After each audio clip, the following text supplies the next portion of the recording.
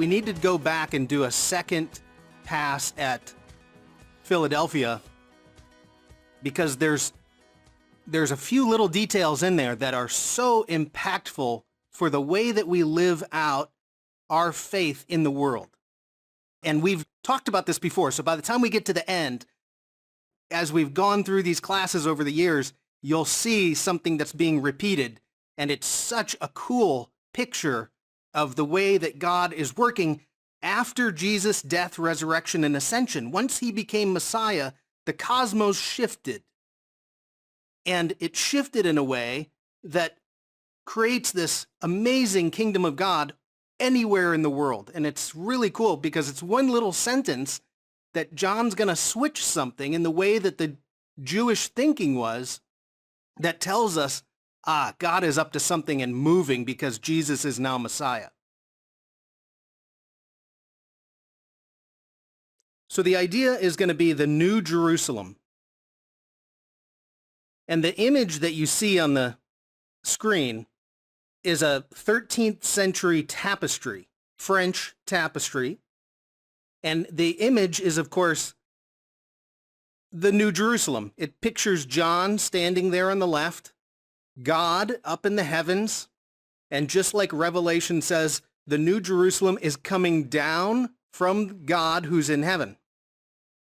Now, if you notice, how do they depict the New Jerusalem? What does it look like?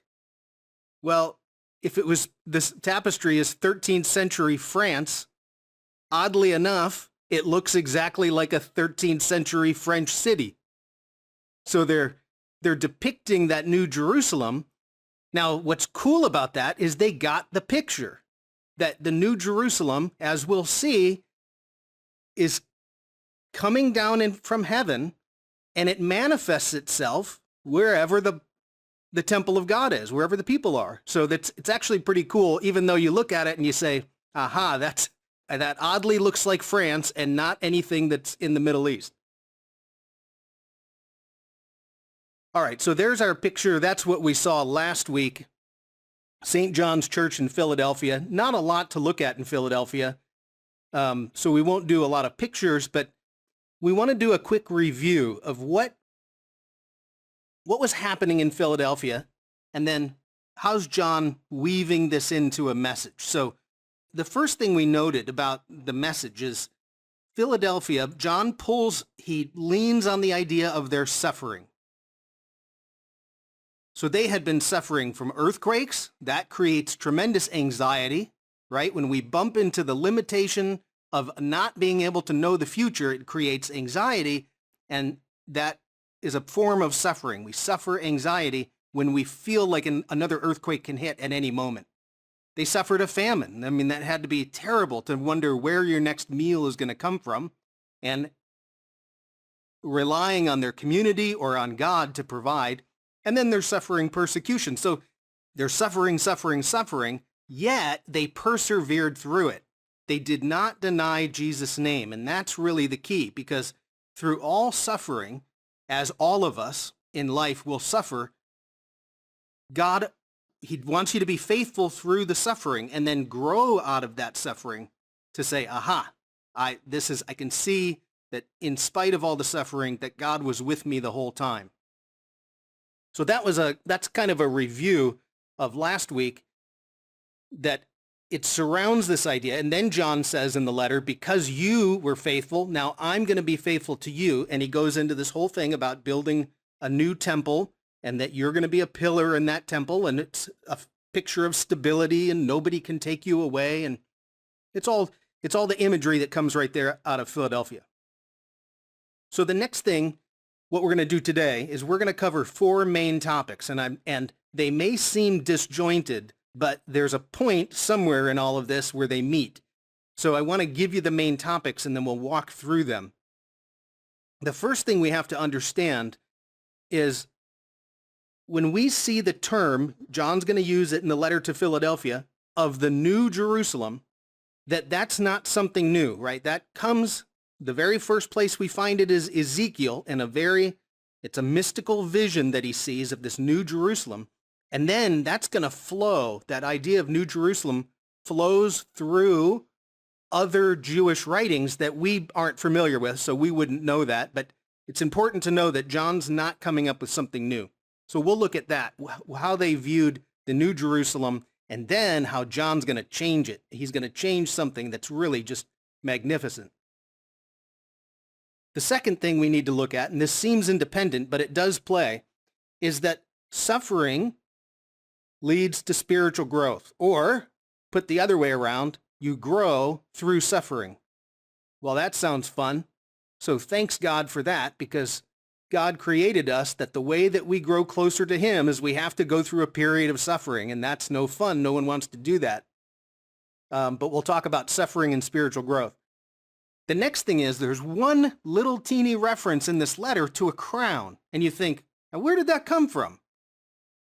There was no mention of crown before, and suddenly you don't want to lose your crown. So I want to give you a Jewish idea about that crown.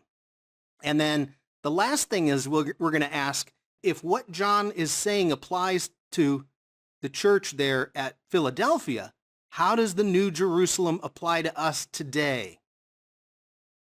How can we envision the New Jerusalem today as it's coming down from heaven? All right, so those are our four main topics that we'll walk through. I'll lead you point by point through each one. So in Revelation 3, verse 12, this is what John says, and where we find the reference to the New Jerusalem. He says, the one who's victorious, I will make a pillar in the temple of my God. Now, as Americans, as Westerners, we think the one as an individual. And it's really difficult to think that maybe everybody in Philadelphia would have thought that way, because most people in the ancient Near East, even the East today, don't think individual like we do. They think collective body, and I think John's got both. The answer is yes for both of them. It's your community, it's also the individual. So I'll make a pillar in the temple of my God. Never again will they leave it. So that's a great, remember that the people of Philadelphia were so afraid of the earthquakes that they left the city. I'll write on them the name of my God. We talked about that last week. The name of the city of my God, the New Jerusalem. And that's the key right there. So John says, because you were victorious, I'm now going to apply this concept of the New Jerusalem to you. Now is it individual? Well, sure. Is it communal? Absolutely. It's both. So you, Philadelphia, are going to become the New Jerusalem in a sense. And that's a switch, as we'll look at the way the Jewish thinking was, and even today is still a little bit this way, that John's playing with it and he's going to switch something. And that is so impactful for the way that we live out our faith today. So he says, the New Jerusalem, now watch the direction that heaven is, or where the New Jerusalem is coming from. It's coming down out of heaven. That's that tapestry in the background. God's up in the heavens, and this New Jerusalem is descending, and the verb for coming down is a continuous. Did it come down? Is it going to come down in the future? No, it's constantly coming down. It's an active verb. So it says, the New Jerusalem, which is constantly coming down from heaven, and then I'll write my new name on it. So we want to look at this idea of New Jerusalem, and how does John apply that to Philadelphia? And then by extension, oh, by the way, he's going to apply that to us, which is so cool. Okay, so let's go through. Let's start with point number 1. This is going to be New Jerusalem from the viewpoint of Jewish history. So if Ezekiel is written in the 6th century, so in the 500 BC, then you've got another 500 years leading up where people are going to play with this idea of New Jerusalem. And the mystical way of thinking about it, and John gets very much into the mystical way of thinking about the cosmos is this. They said, look, there's this invisible heavenly realm above. The heavens above us, we can't see them, but they're there. We know they're a reality. We have the physical earthly realm down below. And there's supposed to be a copy. Whatever's in the invisible heavenly realm is supposed to be copied in the physical realm of the earth. Again, this is the way the Jewish mystics are thinking about it. You know, do you remember this? There's a story in as God brings Moses up to Mount Sinai. This is in Exodus 25.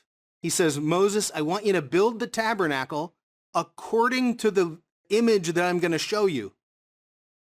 He says, I'm giving you an image. And the idea was that God showed him the picture of what the tabernacle looks like in the heavenly realm and then said, okay, now go copy that down below.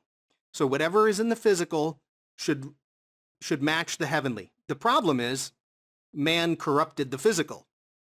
But one day, the invisible and the physical will come together. It's going to be renewed. Okay. By the way, God says the same thing to David in Chronicles. He says, I'm going to show you an image of what I want this temple to look like, and that's what you should be building.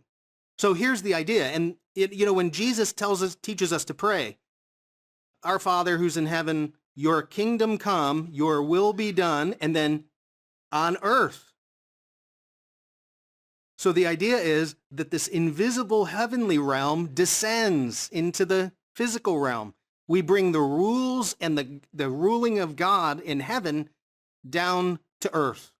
And when those two match up, we've created something brand new. That's the way they were thinking. Okay, so one way to think about this, N.T. Wright, he's an Anglican bishop from England, professor at St. Andrews in Scotland, and one of his, he writes a book a month. It's just unbelievable how much that guy publishes.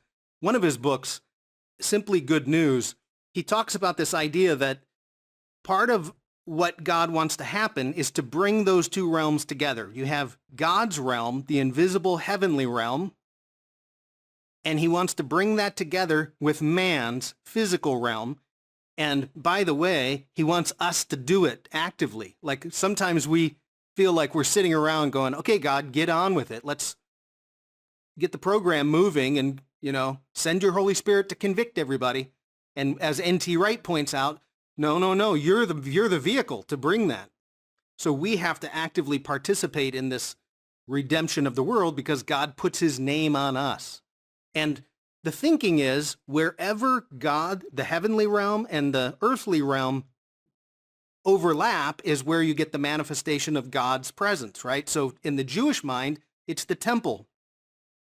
So that temple for so long represented the place where God's realm and earth got together. In one sense, as Christians came along, it became the cross. The cross was the point where God's realm and the physical realm met. And our goal is to expand that, to bring those two circles together through the power of the Holy Spirit, of course. But wherever God reigns, you could say, is where those two circles come together. So even here in San Diego today, those two come together. Okay, so this is the way they kind of envisioned it. This is, again, Jewish mystical thinking.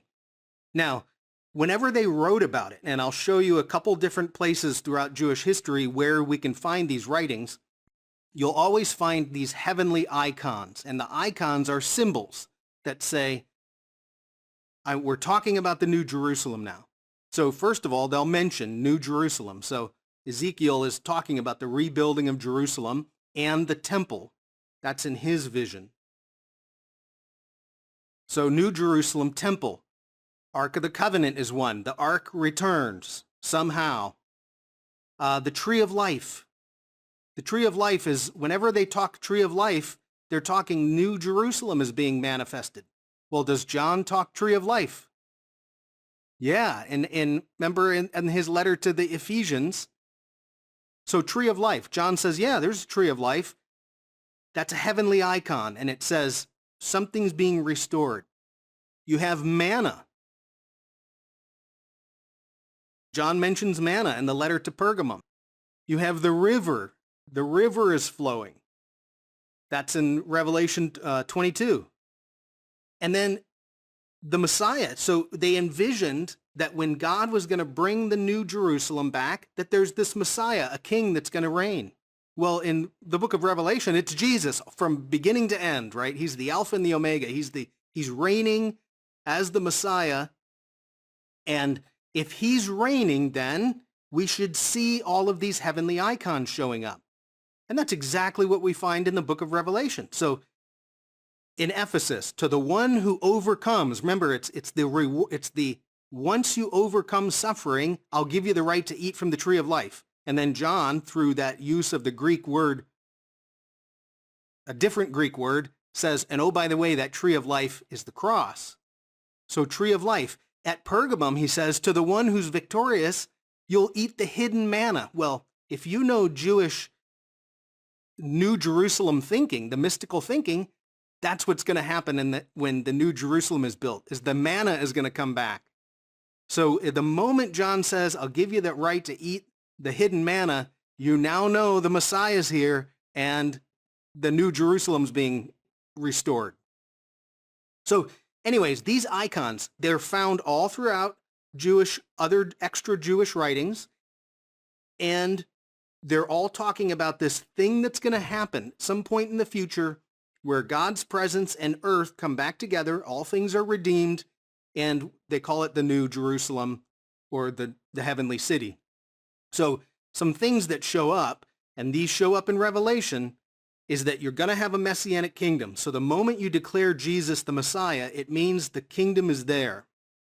The second is the presence of God is manifested in that kingdom. That the mark of that kingdom is how strongly the presence of God is manifested. And then finally, we saw this last week. The very first time we see the New Jerusalem is Ezekiel. The very last sentence of Ezekiel, as he's wrapping up talking about this New Jerusalem that's going to descend, is that the city is called The Lord is There. Now that's not just a cool name, it's the manifestation of God's presence. So in some weird sense, wherever you manifest God's presence, whether it's somewhere in Jerusalem or here in the United States, you've created in a way this, you're living out the New Jerusalem because the Lord is there. One of the difficult parts is we always have to realize that John has a context, right? And his context comes from the Jewish thinking about all of this imagery, the New Jerusalem, coming from Ezekiel, and then, as I'll show you, a couple other writings. So he's always drawing on something. All right, there's one more point about this that's going to meet our story of Revelation, is whenever you find a writing about the New Jerusalem, it's always going to be the result of some strife or conflict that's going to come to an apocalyptic end, where good triumphs over evil, where light defeats darkness. So the first place we saw, and we've mentioned this morning, is Ezekiel. That's the first point we see this rebuilding of a new Jerusalem, a new temple, the river of life, the Spirit is flowing. And of course, the strife or the conflict at that point was Babylon. The Jews had been taken into captivity. They destroyed the first temple, so it needed rebuilding. And when that strife ends, there's going to be a new Jerusalem. Now remember, from the time that the New Testament ends to the time that the Old Testament, from the time the Old Testament ends, about 450 BC, till the time the New Testament kicks off, you've got 450 to 500 years. And during that time, there's lots of events and writing, and the Jews are wrestling with what is God up to? So one other book that we find a writing about the New Jerusalem is a book called it's the Writings of Enoch, or the Book of Enoch. Now, it's not a biblical book, although there were church fathers who argued that this should be brought into our sacred writings. And it was a very popular book because it showed the defeat of evil, the redemption of the world, as God's going to restore, through the Messiah, the New Jerusalem. Enoch is corresponding, if we go, well, what was the strife? What's the conflict? Enoch is corresponding to a king, a Greek king, Antiochus IV, who called himself Epiphanes, the manifestation of God. So he wasn't lacking any self-esteem, thinking himself as a deity. Now, Antiochus IV, for those, if you'll remember as I start saying this, it's about 175 BC. There was a rebellion in Jerusalem. He comes in and says, I'm going to demand that Judaism end and you begin to worship our Greek gods. He outlawed Torah. He outlawed meetings at the synagogue. He outlaws circumcision, all at the pain of death. This ragtag band of freedom fighters rose up called the Maccabees. And the Maccabees, through a miracle of God, overthrew the Greek army. They cleansed the temple because Antiochus Epiphanes had turned the temple in Jerusalem into a pagan worship site. And the holiday that comes out of this is called Hanukkah. So we all know in some way a connection to this event because evil was defeated, the kingdom was restored, and we celebrate the Feast of Dedication. So that's the book of Enoch. In the Dead Sea Scrolls, which were also written in this intermittent time, we have their writing about strife and conflict. But now this time, it's corruption from the temple. Yeah, they overthrew the corrupt Greeks, but now the priesthood became corrupt. And then Rome showed up. And so the Dead Sea Scrolls are writing about the conflict between those corrupt priests are going to get tossed on their head. In the cosmic world, light is going to defeat darkness, and we're going to restore a new Jerusalem. So what happens then when Revelation comes around? Well, we see the same type of story happening. It's Rome in the physical sense. What's happening there is you have the defeat of Rome, but you also have in the cosmic sense, it's the battle between God and his enemy, the forces of evil. So it's both the cosmic battle and what's happening there on earth. So you can see John is drawing on something from his Jewish history. It's the way that they viewed it. Now, here's the difference. This is key that we have to recognize what John's doing. In the Jewish thought, the temple has to be rebuilt. If we read in Revelation, when John gets to the end, he says, I saw no temple in the city.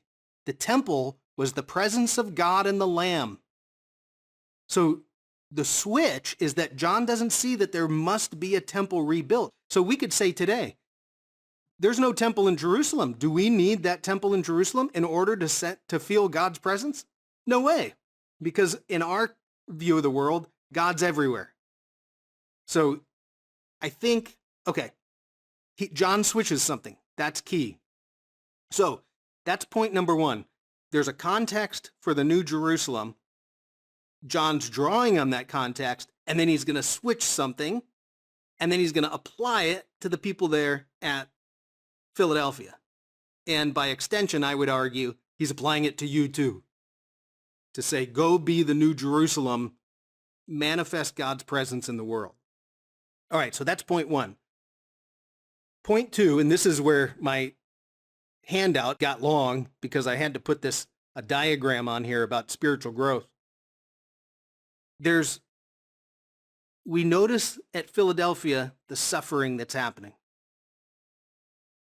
Suffering, any form, and don't think just there's somebody imposing undue evil suffering on me, just anything that a human being suffers from. There's always a gift. There's always a gift in the suffering. And the gift can lead to spiritual growth. And unfortunately, that's the way God made us. At the bottom of page 1, I had put a footnote on the bottom of page 1 on your handout. If you ever are interested in reading about Jewish mysticism, I'm not going to say the book is easy to read because it's not, because it's mystical. But there's a book by Rabbi Kushner called Honey from a Rock. Now, where does he get that name, honey from a rock? Well, it comes from a line in Deuteronomy where God says, I will give them honey from a rock. Well, thanks God. Now honey represents the sweetness of God, but where did God put the honey?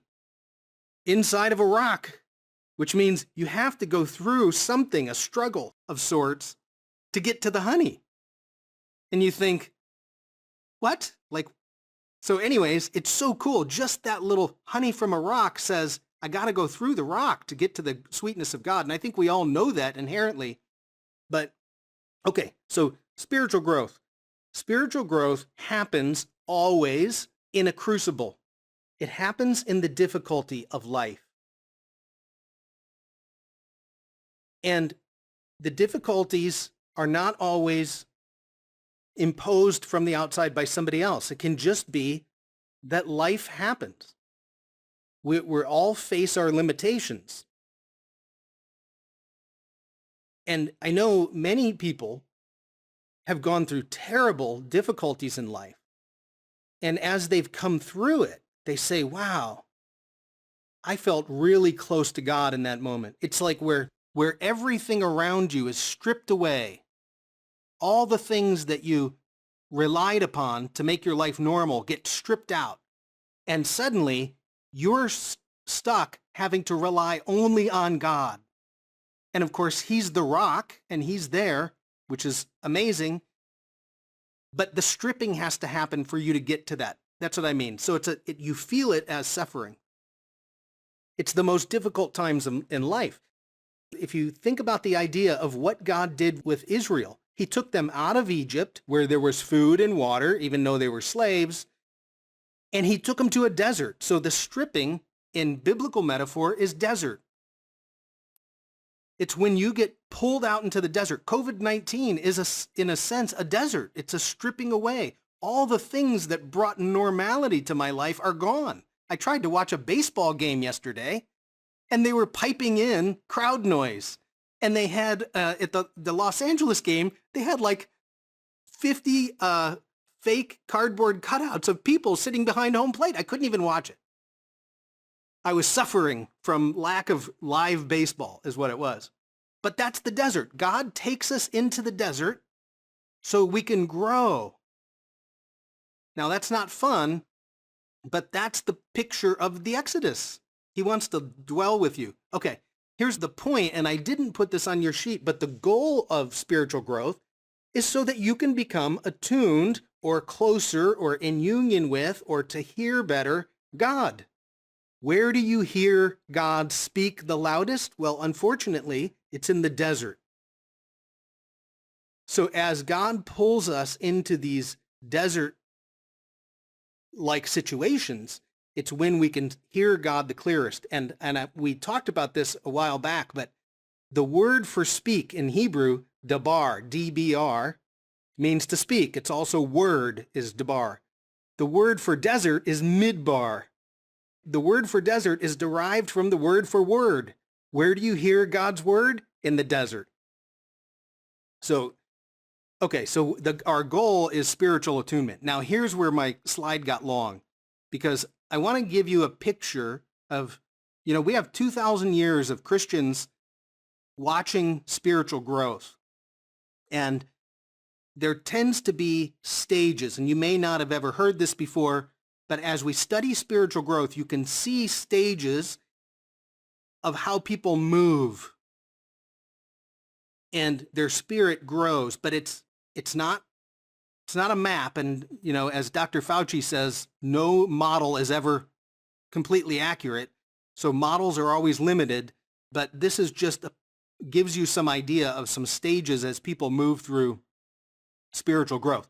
So, of course, people would start with either a rejection or no awareness of God. That would be like the lowest spiritual stage. You're not connected to God at all. Then, of course, you have some event. It brings you into a connection with God. You have the recognition, the awareness that God is there. And what comes with it is a sense of awe. And awe is a really cool psychological phenomenon that can actually get you to change the way you think about the world. So awe at the beginning is this amazement that God is there. And one thing to think about, for people who aren't Christians, who didn't grow up Christians, who later become Christians, they often do so because they're suffering. Life is not producing for them what they thought it should, and they reach out when there's nothing left and they find God. So there's, even in finding God, is often through a period of suffering. There's no atheist in a foxhole. Okay, so you have a recognition of God. Once you recognize God, you begin to go through a period where you learn ritual and structure and you learn about God. It's all, how do I understand my faith? And this is what we do in our world today with our church stuff, is we put structure to our worship. And then finally, in stage 4, before we move to the higher stages, once you mature in all of this, you move to a point of serving God. So you begin to step out in a new capacity to say, now I'm spiritually ready. What I don't need is just the ritual. I need now to serve God. Now, one of the things that's happening at this point, the lower parts, is all of these are external, meaning they're all external to us. The focus is on the external. What do I do? Tell me what to do. Give me the list of things to do. So what we get, we don't want to get stuck too much in the external. The externals are all really good, but you don't want to get stuck in the externals. Because above the externals is where suddenly, and this is where people get thrust into a period of spiritual growth that maybe they weren't even choosing, right? It's when God pulls you out into a desert and you didn't feel like going to the desert. And what happens is it all starts to go internal. Now it's your internal thinking. And you get into these periods where you have to relearn a little bit, where the externals start to fall away. Not that they're not bad, it just means that you're seeing something, you're seeing God move in a bigger way. You release, and when you get to these higher stages, like stage 6, it's a living your entire life as releasing every single thing in life to God. Now, it can also be at moments in your life where you have nothing left but to release it all to God. You say, God, I can't do it any longer. You've got it. And in that moment, God says, thank you very much for giving me what only I can do. And he picks up, and now you're in a space of growth that really can be tremendous. And then the last one is this union with God. And, very few people can ever live in stage 7 now that's my numbering of the stages, but very few people can ever live there for a long time. Most of us, we can bounce up to that stage and we'll bounce back down, but it's where you could move in the world entirely at peace. And these are all the internals.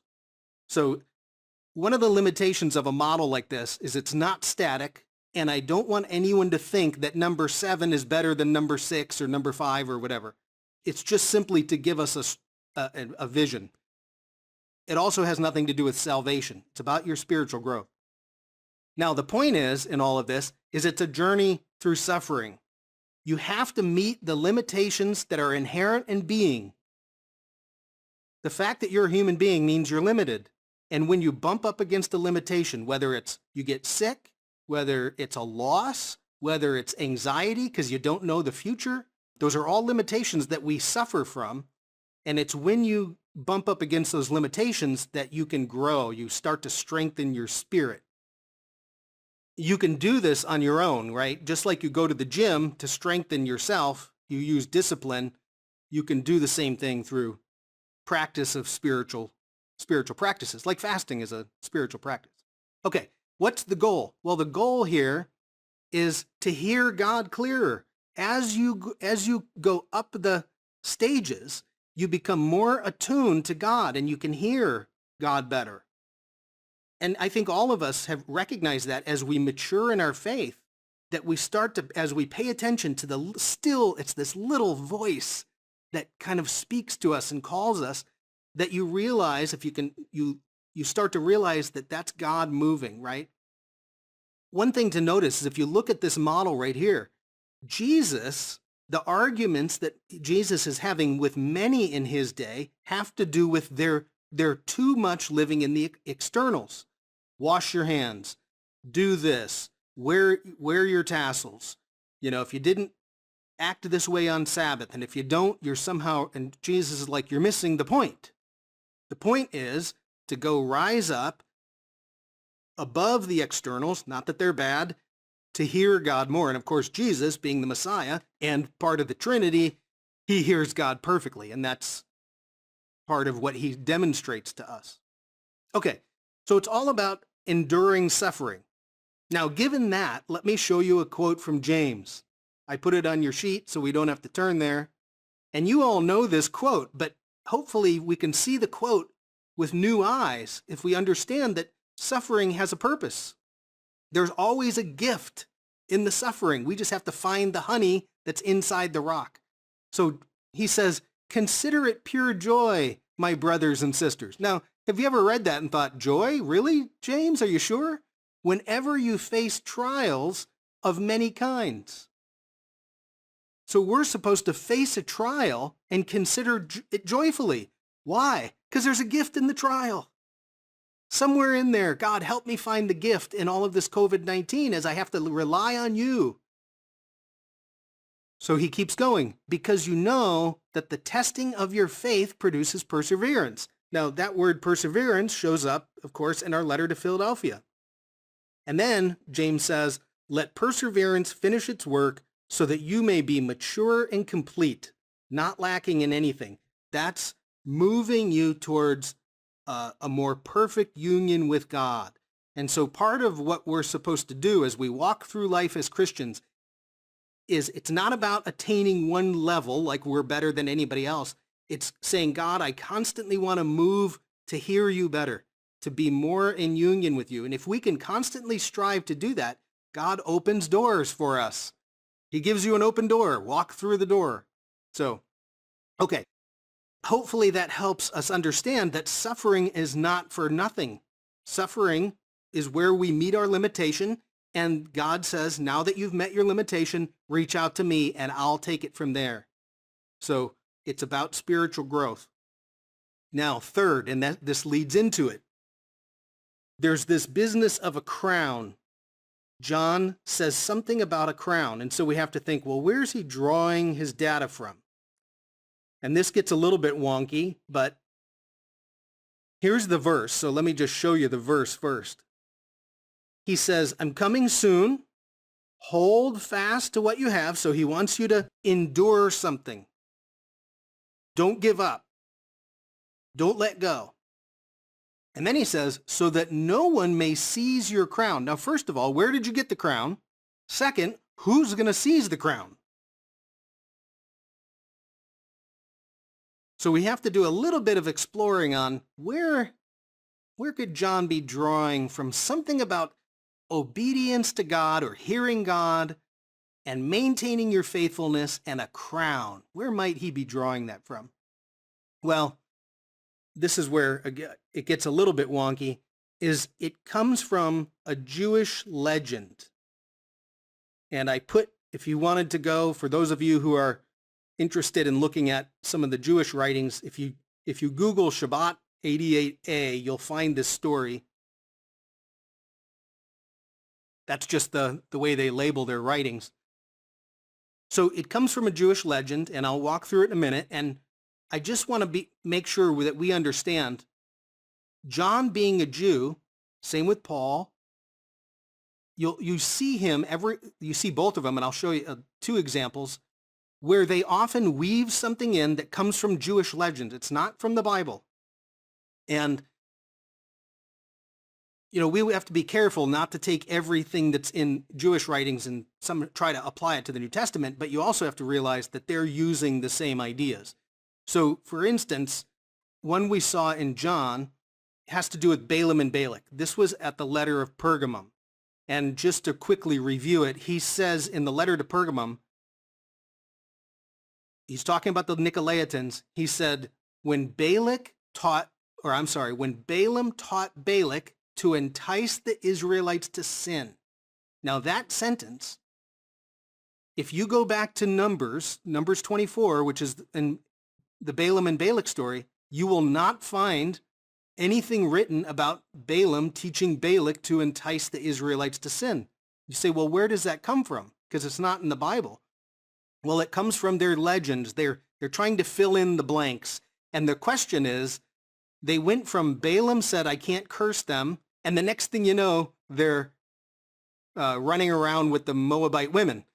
And you think, well, how did this happen? And so they come up with a story that says, here's how it unfolded. And even though the story is not true, you can find it in at least Josephus. If you look it up in Josephus, you'll find him telling the story. So that's a Jewish legend. Another one is Paul uses one. Paul interfaces with a Jewish legend about a spiritual rock. As the Israelites are walking through the desert, God leads them 40 years in the desert. He gives them manna, that's spiritual food, right? So he gives them manna every day. But we only see twice, 2 times. In 40 years, do you ever see them get water? One at the beginning of the time in the desert where God says, hit this rock and water comes out. And then at the very end. And so the question is, how did they get water for 40 years, right? If you're a kindergartner, you'll ask your rabbi, where did they get water from? And so they came up with this story that, well, they had this spiritual rock that it was actually Miriam dragged this spiritual rock through the desert, and the rock provided water constantly. So you think, that's a crazy story, right? Yeah, but watch Paul. This is so cool what Paul does. 1 Corinthians 10, 3 and 2, he's talking about their ancestors in the desert. So he's going back to that Exodus time. And he says about the ancestors, he says, look, they all ate the same spiritual food. That's the manna, ancestors in the desert. Then he says, and they drank from the same spiritual drink. Now, what spiritual drink are they drinking from, right? Well, he says this, for they drank from the spiritual rock that accompanied them. So Paul is going back to this Jewish legend, talking about this rock that Miriam brought along that provided them water. And then he says this, and that rock was Christ. So he's giving you Jesus is the spiritual rock that travels with you wherever you go. And if you're thirsty, he'll provide you water, spiritual water. So, okay, I just want to point out that, some of these legends are simply there to help people point in the right direction. Kind of like, when we were kids, we were taught this legend about George Washington, right? George Washington chopped down a cherry tree, and then what? He would not lie, right? And what's the whole point of the legend? Don't lie. When you're faced with telling the truth, where you could lie or tell the truth, just like George Washington did. So that's a legend, but it teaches a lesson about how we're going to move. Let's go then. So here's where they get this legend from. It has to do with the crown. In the book of Exodus, God brings them to Mount Sinai. He gives them the law or the covenant. And in Exodus chapter 24, Moses says, here's the covenant, and the people all say, we will do. They're responding to Moses and say, we will do. Then it goes on a little bit later, that's Exodus 24:3. It goes on a little bit later, and they say this, we will obey. Now the word there is hear, but we translate it in English, obey. We will obey God. And the rabbis noted, isn't it interesting that we will do comes before we will hear? So what are you going to do when you haven't? So they noted this and they think, wow, they're so excited to obey God, to do, that God's going to reward them. Now, how's God going to reward them, right? And this is, again, it gets into this legend. But when they got out to Mount Sinai, this is Exodus 19, 5 and 6, and I'll just do it real quick. God says this, and notice it's an if-then statement. Now, if you really hear, and we say obey, but it's really hear, it's a double verb. If you really hear my voice, because that's what we want to do. We want to hear God's voice and keep my covenant. Then God's going to reward you. You shall be my own treasure from among all the people, for all the earth is mine, and you shall be a kingdom of priests. Aha! If we obey God, we become a kingdom, right? And what do kings wear? They wear a crown. This legend says this: when the Israelites said, we will obey and we will hear, we will do and we will hear, angels descended from heaven and gave them all crowns. Now, again, this is a legend because you're trying to help your kids understand why it's important to obey. But how long did their obedience last, right? What did they end up doing with all of their jewelry? They melted it down and created a golden calf. So the legend also says, and when they disobeyed, angels descended. Now, these are different kinds of angels, and they took away the crowns. So you have this legend of something about receiving a crown and something about your crown being taken away because of disobedience. So when do you get a crown? When you obey God, when you hear God's voice and you act. So I think there's John, right in this Revelation 3:11, John says, I'm coming soon. Hold fast to what you have. That's a perseverance type statement, so that no one may seize your crown. What crown? Because you've been faithful to God, you receive the crown that God delivers you. Don't let it get taken away by losing your faith or acting in opposition to that. Now, it could also be, for the Greeks out there, it could be a crown of victory, there's no doubt. But I think there's something here where he's drawing on something about obedience and perseverance and receiving a crown from heaven that comes from a legend, not so much from the text, but they would understand what the legend means. So, okay, so that would be where you get your crown. Crown equals obedience. Now, final point, New Jerusalem. Now, where's the New Jerusalem? Well, the New Jerusalem is coming down from heaven. It's an active verb. It's continually coming down. And instead of saying there must be a temple rebuilt, God says, or John says, no. You, Philadelphia, are the New Jerusalem. I'm going to have you be the New Jerusalem. When you maintain your obedience, even through suffering, you become the place where God's presence dwells. He puts his name there, his presence dwells there. Now, by extension, because John CC'd all the other churches on this letter, and the whole letter is about this New Jerusalem business, all the cities become New Jerusalem in a way. And then by extension from that, what about us? Our community equals the New Jerusalem too. It's where when we come together in community, the presence of God manifests itself in a way that begins to extend out, and his reign extends over the earth. So there's something in this for us. Now let's go back to something. This is a picture of the Temple Mount in Jerusalem. What we see, the dome that you see on your left side, that's a mosque today. But where that dome is would have sat the temple of God. Now you remember that when Jesus came and said, that temple is not going to be there any longer, right? Because something's going to happen. It's going to get transformed. And then the day of Pentecost arrived. And we noted the day of Pentecost, the Spirit of God flows out of the temple and it lands on its new temple, the people.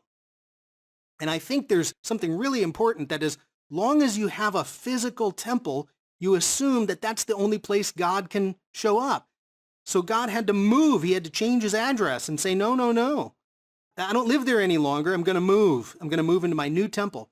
So we see, here's a close-up of those stones, those amazing stones on the western wall. I mean, those are so perfectly cut. And what's such a cool metaphor is you are the stone, right? Jesus is the stone mason, and he's got to chisel you, meaning he's going to help you spiritually grow so that you fit perfectly into his temple foundation. You become a foundation stone, a pillar.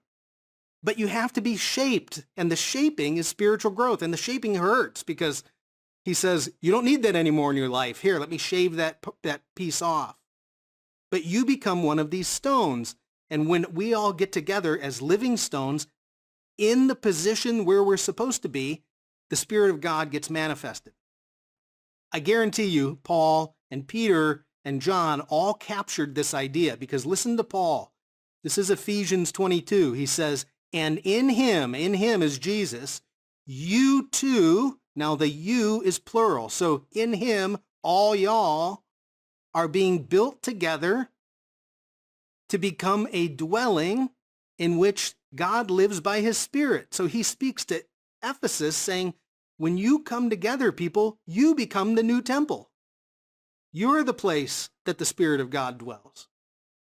That's in Ephesians. Notice though, the you's plural. That's important. It's not you're a temple, you're a temple, you're a temple, you're a temple. It's all y'all are the temple.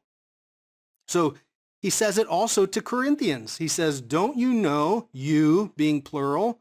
Well, actually, this is what the NIV did. The old NIV said, don't you know that you? Well, that got too confusing because we think as individuals. So the NIV changed it and said, don't you know that you yourselves, so they made it plural, are God's temple, and that the Spirit dwells in you, plural.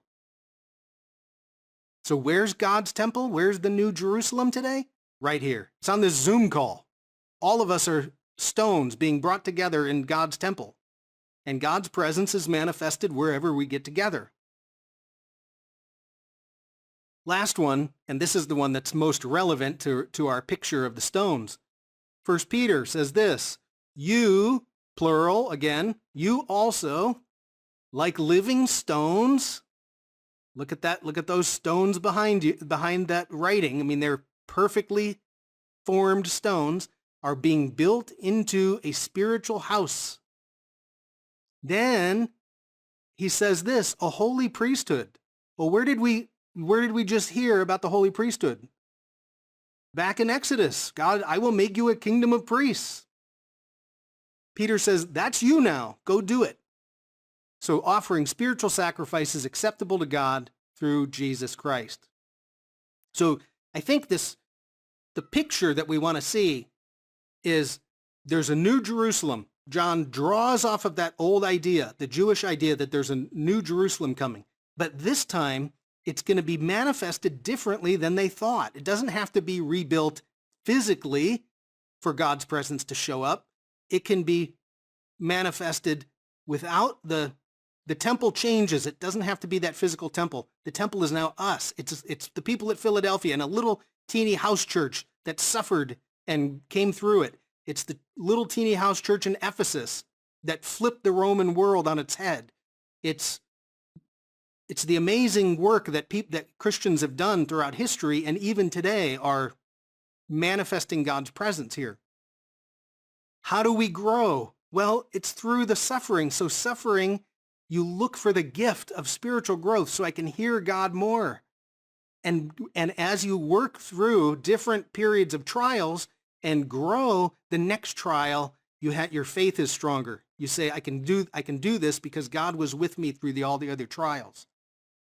How do we receive that crown? Well, it's the crown that you're going to get because of your obedience. And there's so much. Where's the New Jerusalem today? It's right here. It's wherever a group like us, a group of living stones, gets together. The presence of God is manifested, and I know you guys have felt that when you've gone into a worship service, and man, the hair stands up in your arms. You can feel the presence of God moving. Just like at the very end of Ezekiel, the Lord is there. It's so cool. So here's Philadelphia. That's the New Jerusalem. That's what John says. I'm going to put that name on you. And then by default, it's us. So we could change that to all y'all so that we don't think too individually about ourselves being a temple, but that all y'all are the New Jerusalem. Okay. So hopefully I was able to draw those things together. I think that we have to retool our way that we think about this New Jerusalem business, that It's always coming down from heaven. It's manifested when we grow spiritually towards God. It changes our reality. It changes the reality of around us. It's manifested when we get together in community to worship God. And that it's everywhere now, that you don't need that physical temple for God's presence to be manifested anywhere in the world. Thanks for joining us under the fig tree for today's lesson. If you like this video, be sure to hit the like button below. And make sure you subscribe to our YouTube channel and hit that bell to be notified every time I upload a new lesson. You can also check out more teachings here at our YouTube channel or at figtreeteaching.com and enjoy learning about the sweetness of God's Word.